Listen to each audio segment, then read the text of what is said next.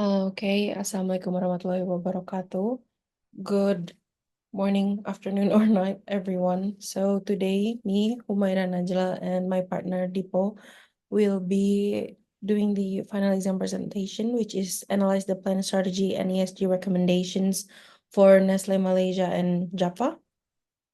So first, we're going to dive into Nestle Malaysia first. Okay, so as an introduction, Nestle Malaysia, a subsidiary of the global Nestle SA, has been an integral part of the Malaysian food and beverage industry since 1912. As the leading nutrition, health, and wellness company in the country, Nestle Malaysia is committed to enhancing the quality of life for all Malaysians with diverse product portfolio that includes household names like Milo, Maggi, and Nescafe. Nestle Malaysia caters to nutritional needs and preferences of its consumers while upholding the highest standards of quality and safety. Dedicated to sustainability and corporate social responsibility, Nestle Malaysia actively works towards achieving net zero greenhouse gas emission by 2050 and supports various community environmental initiatives.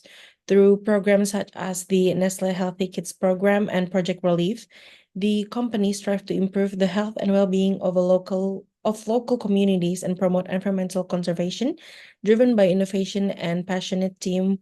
For over 5,000 employees, Nestle Malaysia continues to lead in the industry, making a positive impact on the lives of Malaysian every day.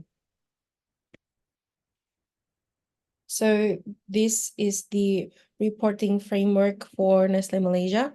So their report has been produced with the reference of the Global Reporting Initiative, or GRI, consolidated set of standards to 2021. They also applied the Sustainability Accounting Standards Board, SASB, standard for the processed food sector and World Economic Forum stakeholder capitalism metrics.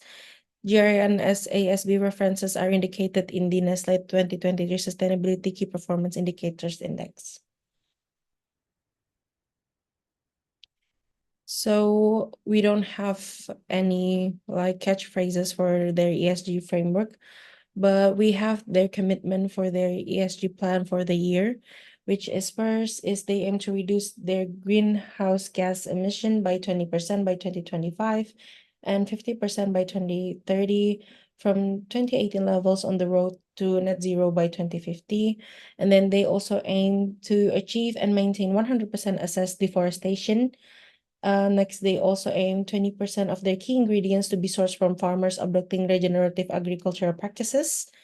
Next is to reduce water use in their factories by 6 million meter square, I think. And then by 2030, they also aim 100% of key ingredient volumes to be responsibly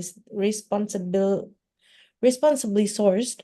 And by 2025, they also aim design above 95% of their plastic packaging for recycling and continue to work 100% being recyclable or reusable.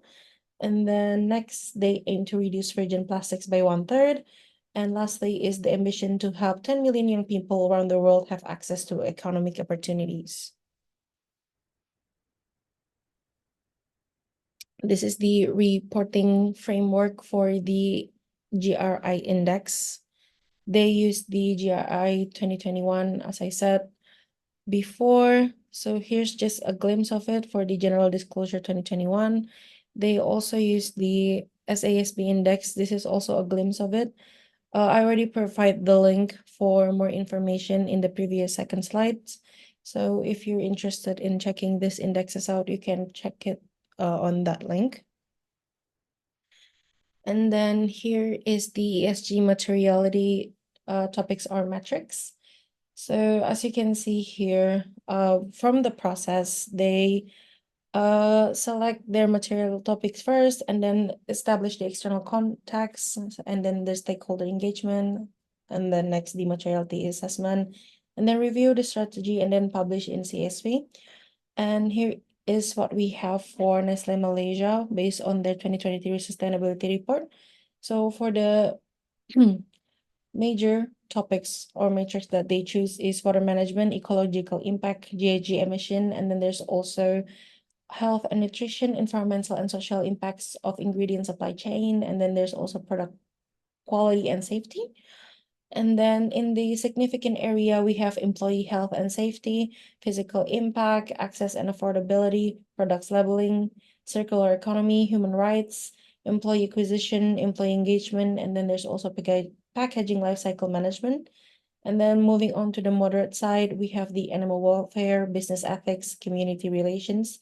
And then there's the last one, which is negligible. We have the governance structures and mechanism. And then there's the data privacy management. And here is the ESG roadmap for Nestle. So they, of course, like any other company, have the by 2050 net zero goal. So in 2018, they have the path to regenerate their future generation. Solving the problem means identifying the problem. They found Nestle emitted 92 million tons greenhouse gas emission in 2018, which, like I said before, in the reporting framework, they wanted to reduce it by 20% at least for 2030. And then there's also the milestones from 2021 moving on until 2025, hope.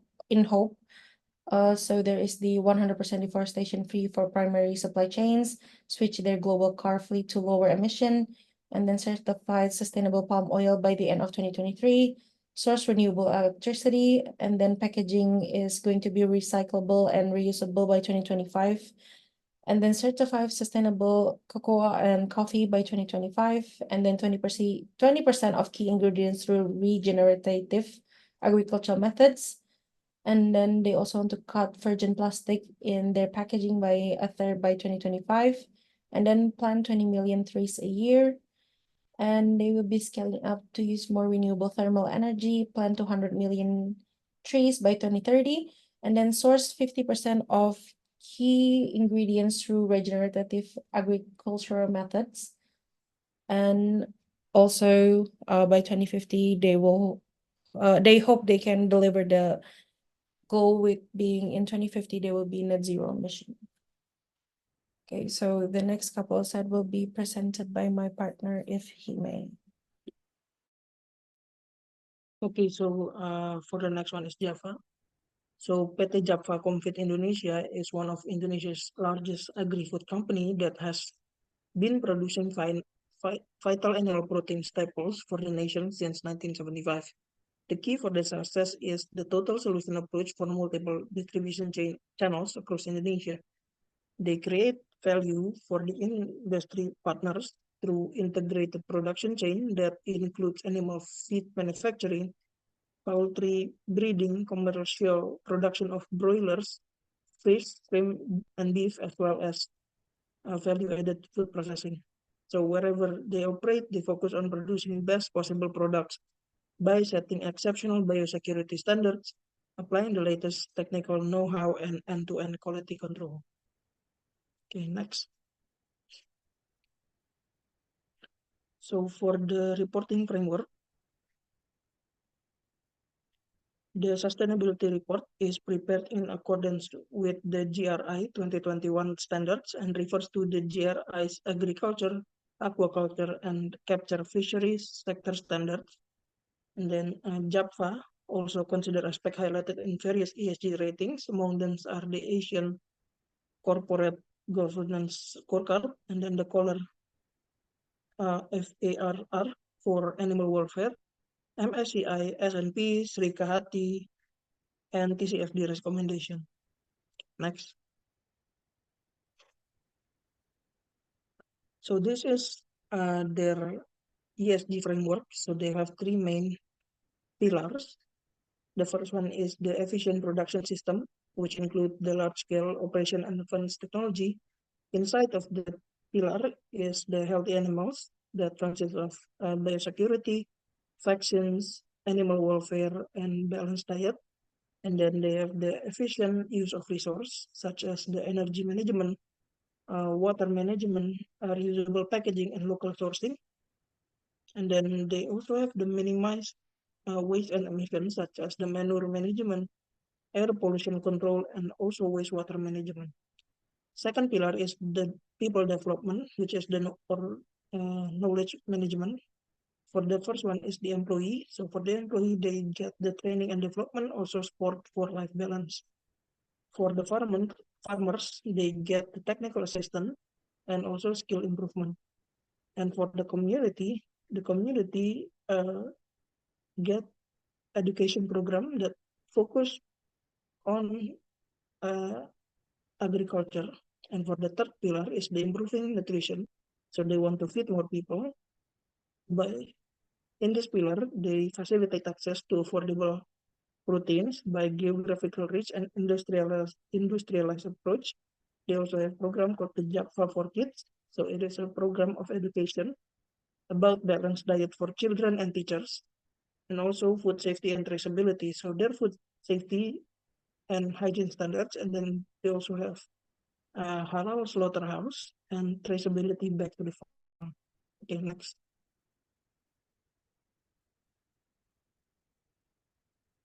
So these are the materiality topic. So the first material topic is uh, providing nutritious and affordable food. Second one is consumer health and safety. Third one is adhering to ethical working principle. Fourth one is upholding anti-corruption policy. And then for the fifth one is the food security certification. And then number 6 is managing product recall. Then the responsible suppliers, farmers, partner. Then also the efficient use of resources for climate resilience. Number 9 is occupational health and safety, and for the last one is food traceability and local and product labeling. Okay, next.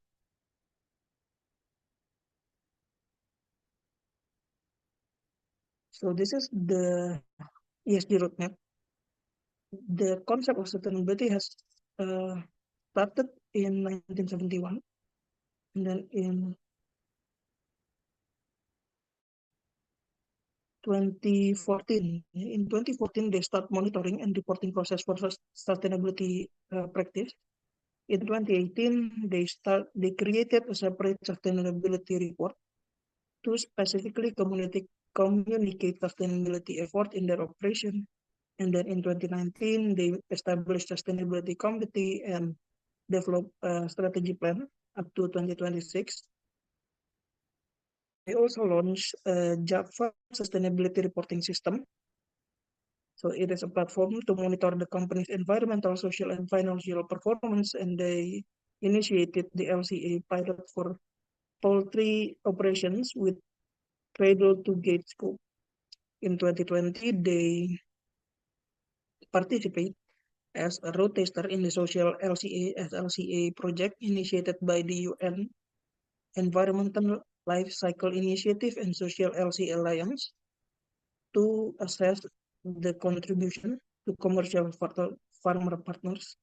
And then in 2021, they issued the world first sustainability linked bond, or the SLB, for the agri-food industry, and the first US dollar dominated SLB in Southeast Asia. And they also initiate development sustainability practice survey of suppliers. In 2022, they set sustainability target, and they also commit to support the target. Okay, next.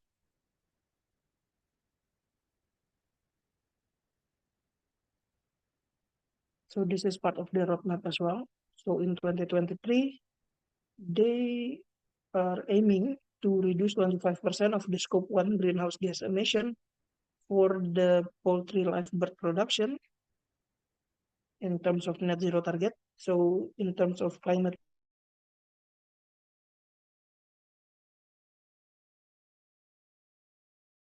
for company managed poultry farms. And then for the social aspect is 16 training hours received by employees and 25% increase of training hours received by contract farmers who requested for the by 2040. They aim to reduce 50% of the scope 1 greenhouse gases. and zero goal scope 1 greenhouse gases throughout the Japfa group. For the social aspect, they aim for 24 training hours received by the employees. By 2050, they aim for a net zero for the scope 1 greenhouse gas emission.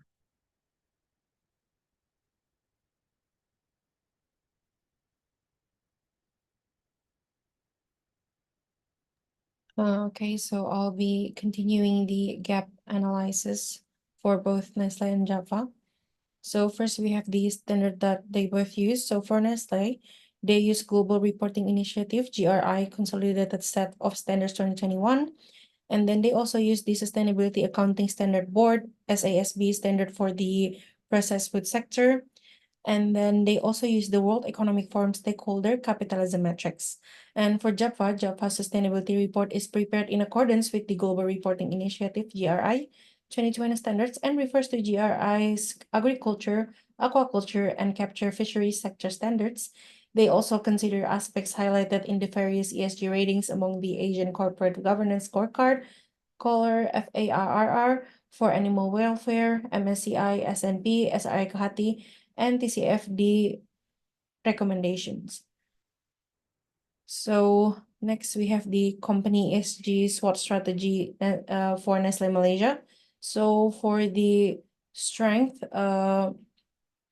it is brand recognition. Nestle is a well-established brand, recognized globally, which helps to build trust. And then second is the product diversification. Nestle has a diverse portfolio of products, including food on a single product and also so much more.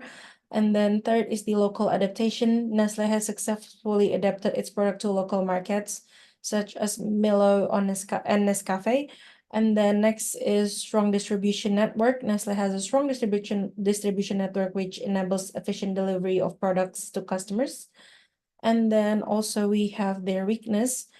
First is the dependence on single product. Nestle's success is heavily dependent on the flagship product, and then the second one is high operating costs. Nestle's high operating costs, including marketing and distribution expenses, can negatively impact the profitability. And then also there is the environmental impact with the packaging and also the production processes. And then lastly, for the weakness is social responsibility. Nestle has faced criticism for its social responsibility practices such as labor practice and supply chain transparency. And for the opportunities is the growing demand for sustainable products. Consumers are increasingly demanding sustainable products. And second is the digital transformation. Nestle can take leverage digital technologies to improve efficiency, also to reduce their costs. And then third is the expansion into new markets. Nestle can expand into new markets such as Southeast Asia, other than Malaysia, of course, to increase its global presence and revenue. And then lastly is the partnership and collaboration. Nestle can form partnership and collaboration with other companies, organizations, or governments. And lastly is the threat. First one is competition. Nestle faces intense competition from other food and beverage companies, which can lead to market share erosion. And then there is the regulatory changes in regulations such as those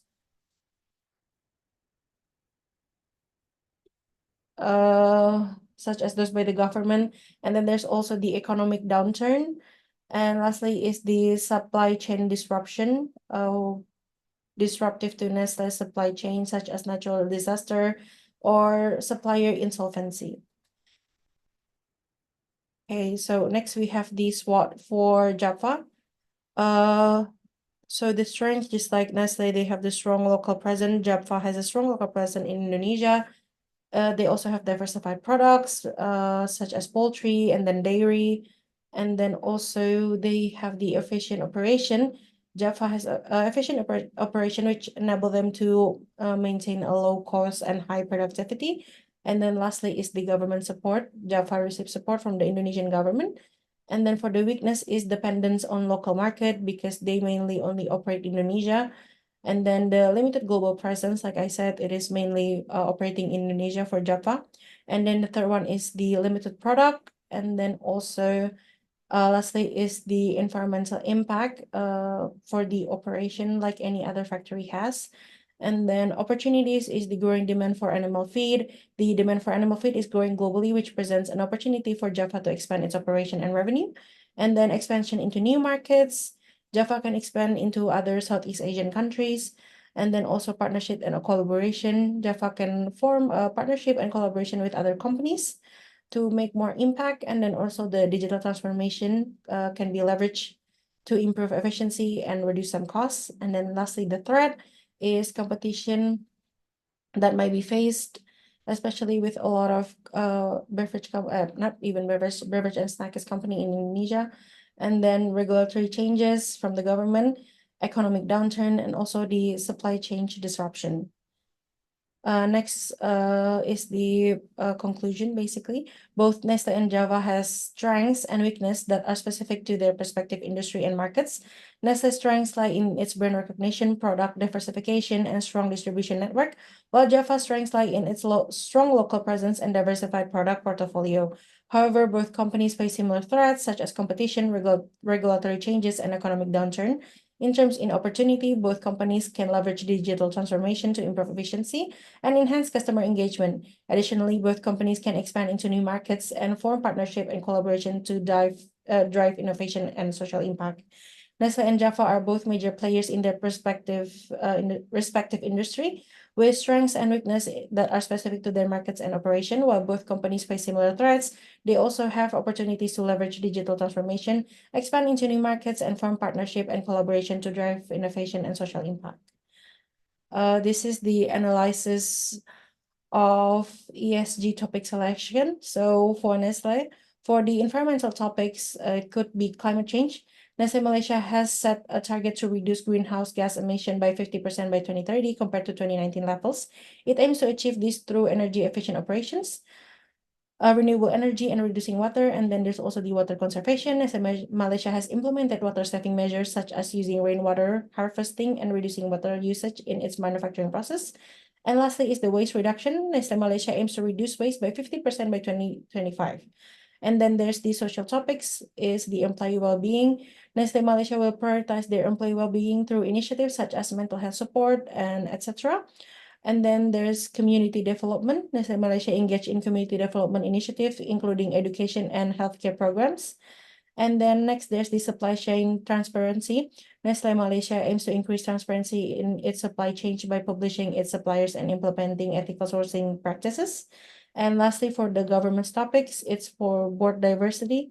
Nestle Malaysia has a diverse board of directors with a mix of gender, age, and ethnicity. Second is transparency and reporting. Nestle Malaysia publish its sustainability report annually. And then third is the risk management. Nestle Malaysia has a robust risk management framework in place to identify and mitigate potential risk to its business and reputation. For Japfa, it's also basically the same.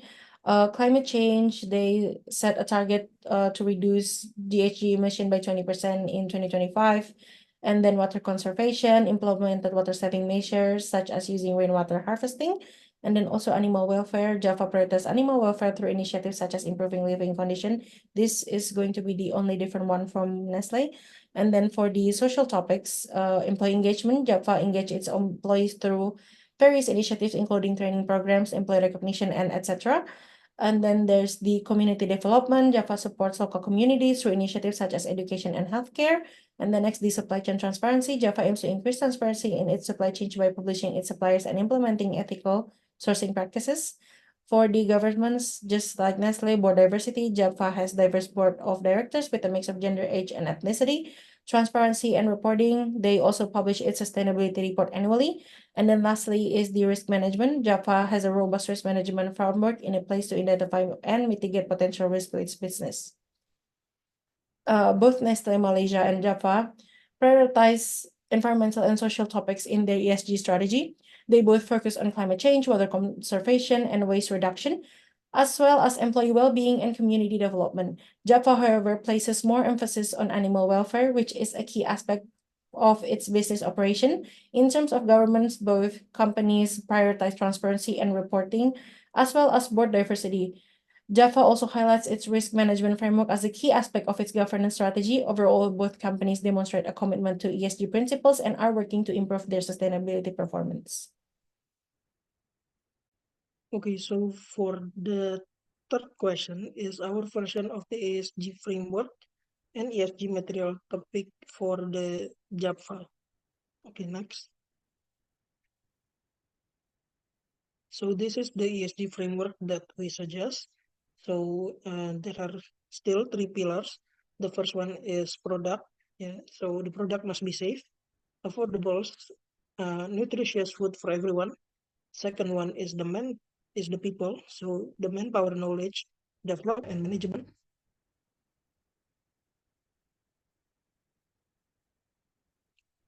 And then for the third one is the environment. So eco-friendly and sustainable large production.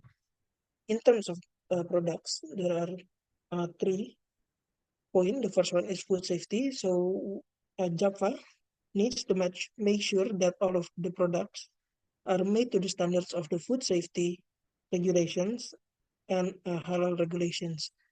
Then for the second point is the health and nutrition.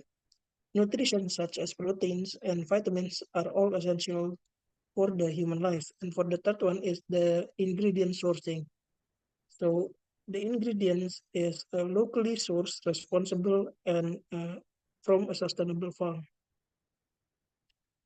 In For the people that are divided into three, the first one is the employee. So the employee gets training, development, and the work-life balance.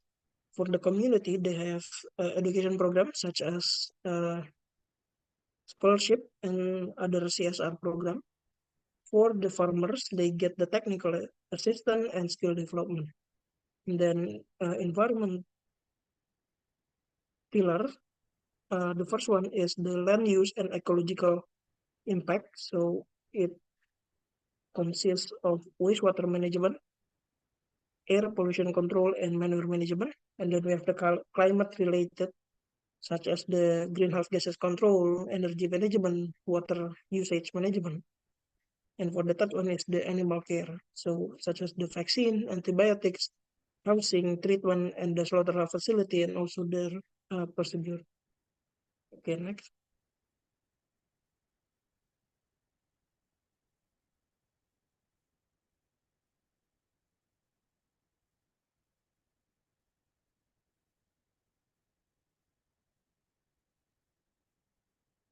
Okay, so for the first topic, which we think very material for this Japfa, is regarding food safety. Since Japfa produce uh, food for everyone, so food safety is an important topic in this industry. So Japfa needs to make sure that their products are safe to consume. Second topic is nutritious and affordable food. So nutritious food are essential to everyone. Everyone in this planet needs to consume certain amount of nutrition such as protein, vitamin, fiber, etc. every day. And then an affordable nutritious food is better since everyone, regardless of their economical situation, can afford it. The third one is the workforce health and safety. So health and safety are a major concern in this industry, especially in Java, since Java deals with animals and also the workers operate heavy machineries. So we obviously do not want any kind of accident from happening and could result into injuries or even worse thing from happening to the workers. So for the fourth one is the efficient usage of resources. So yeah, this includes uh, water, energy, and greenhouse gas management. So we need to use the resource efficiently. We do not want to waste too much resource such as water and energy. So we have minimum impact on the environment. For number 5 is ingredient sourcing. So Japfa in the process food industry source a wide range of ingredients, largely from agricultural inputs. So the industry ability to source at some price point fluctuates with the supply availability, which may be affected by the climate change, water scarcity, land management, and other resource scarcity considerations.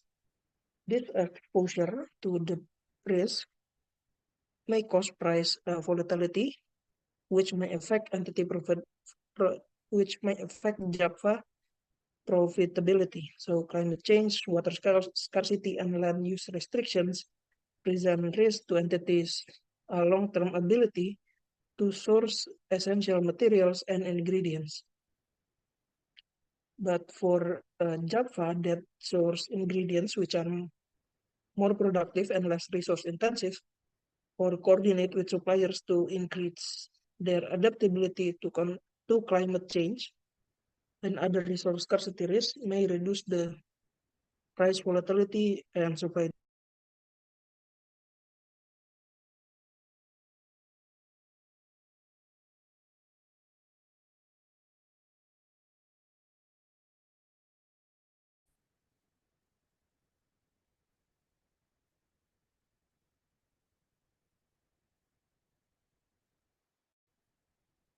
And that's why it is very important for the ingredients to be locally sourced from a responsible and sustainable farm. And for the last one is the packaging lifestyle management. So packaging materials represent a major business cost and contribute to the environmental footprint of Japfa in the processed food industry. So each stage of package life cycle, including the design, transportation, and disposal, it presents unique environmental challenge and opportunities. Japfa are also affected by legislation regarding allowable packaging materials or packaging end of life management. So Japfa can work with packaging manufacturers on packaging design to reduce costs, improve brand reputation, and reduce the environmental impact of packaging. Innovations such as developing lightweight materials may also result in reduced goods transportation costs. Okay, next. Okay, so that's all from us. Thank you for listening.